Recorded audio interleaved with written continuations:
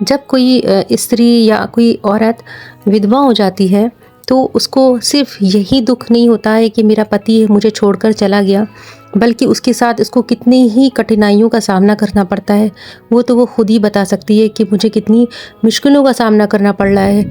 संसार भर के ताने सुनने पड़ते हैं और उसके अलावा तरह तरह के इल्ज़ाम लगते हैं, वो अलग होते हैं। फाइनेंशियल प्रॉब्लम अलग आ जाती है, पैसों की समस्या आ जाती है, उसके आगे बच्चों को पालना, घर चलाना एक बहुत बड़ी चुनौती होती है उसके सामने। छोटी छोटी बातों में उसको उल्टा सीधा कहा जाता है और उसको ताने मारे जाते हैं, आप शगुन कह के बुलाया जाता है ऐसी स्त्रियों को। तो वो ऐसी दुखी होती हैं, उनका कोई दुख बांट नहीं सकता, बल्कि लोग उसका दुख और भी बहुत ज़्यादा बढ़ाते हैं उससे उल्टी सीधी बातें करके। तो ऐसी स्त्रियों के दुख को देखते हुए मैं अपने इस चैनल को, अपनी इस वीडियो को लेकर आई हूँ आपके लिए। हेलो मेरी प्यारी सहेलियों, मेरी प्यारी प्यारी सी सहेलियों, आप ऐसे सिचुएशन से बिल्कुल भी ना घबराइए, क्योंकि ये परमात्मा का सिर्फ एक आपके लिए परीक्षा है। आपको इस परीक्षा को पास करना है और बहुत अच्छे तरीके से इससे निपटना है। मैं हूँ शाजिया और आपके लिए ऐसी परिस्थितियों से लड़ने के लिए ऐसी सुझाव देती हूँ मैं, जिससे आप इन चुनौतियों को बहुत अच्छी तरीके से लड़ सकें और उससे निपट सकें। मेरी प्यारी सहेलियों, आपको ऐसी सिचुएशन से बिल्कुल भी नहीं घबराना है। सबसे पहले अपने आप को संभालना है, क्योंकि आपको आगे आपका एक परिवार है, आपके बच्चे हैं जो आपके पति की निशानी है। आपकी पति की निशानी कितनी ही होगी, आप भी अपने पति की निशानी हैं। तो अपने आप को संभाल के रखें, क्योंकि उनकी आत्मा को बिल्कुल भी शांति नहीं मिलेगी अगर आपको देखेंगे वो इस हाल में कि मेरी पत्नी जिसको मैं इतने दिल जान से चाहता था उसकी ये हालत हो गई है। तो बिल्कुल भी अपने आप को परेशान ना करिए मेरी सहेलियों। और आप अपने आप को परेशान करेंगी तो आपके बच्चे भी आपको देख देख के परेशान होते रहेंगे। तो सबसे पहले आप अपने आप को परेशान ना करिए, अपने आप को संभालिए और अपने बच्चों को देखिए और उनका फ्यूचर के बारे में सोचिए। कमज़ोर बिल्कुल भी नहीं बनना है आपको, कमज़ोर बनेंगी तो कुछ नहीं कर पाएंगी। सबसे पहले अपने आप को साहसी बनाइए और आगे चलने के लिए, आगे बढ़ने के लिए आपको क्या करना है आगे सोचेंगी आप, खुद ही आपको सोचना है, कोई और आपको आके नहीं बताएगा। और बहुत से लोग होते हैं टांग खींचने के लिए कि ये क्या कर रही है तू तो ये वहाँ जा रही, तो उन लोगों की बिल्कुल भी बात नहीं सुननी है जो आपकी टांग पकड़ के नीचे खींचने की कोशिश करें। आप वही करिए जो आपके मन में आता है, आप वही करिए, आपको किसी की नहीं सुननी है।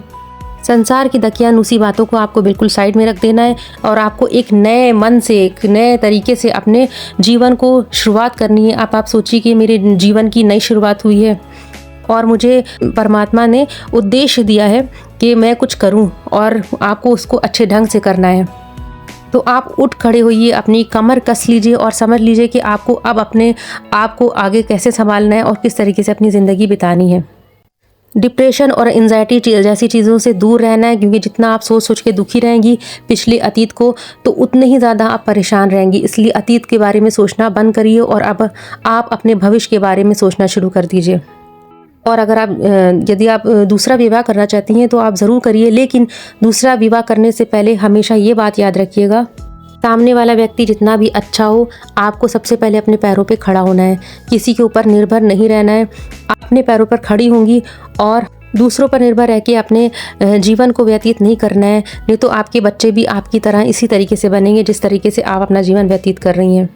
तो सबसे पहले आप कुछ करिए, आप पढ़ी लिखी हैं तो बाहर जाइए, बाहर जाके देखिए कि कितनी फील्ड है आप जैसी औरतों के लिए, कितना स्कोप है। तो आप वहाँ पे अपना फ्यूचर बनाने की कोशिश करिए। और अगर आप पढ़ी लिखी नहीं है तो सिलाई, कढ़ाई या खाना बनाना और बहुत सारी सर्विस ऐसी होती हैं, टिफ़िन सर्विस होती है, कुछ भी ऐसा काम करिए जिससे आपकी जो फाइनेंशियल प्रॉब्लम है वो दूर हो सके। साथ ही साथ अपने बच्चों के भविष्य को भी लेके चलना है, उसको अच्छे स्कूल में दाखिला कराइए।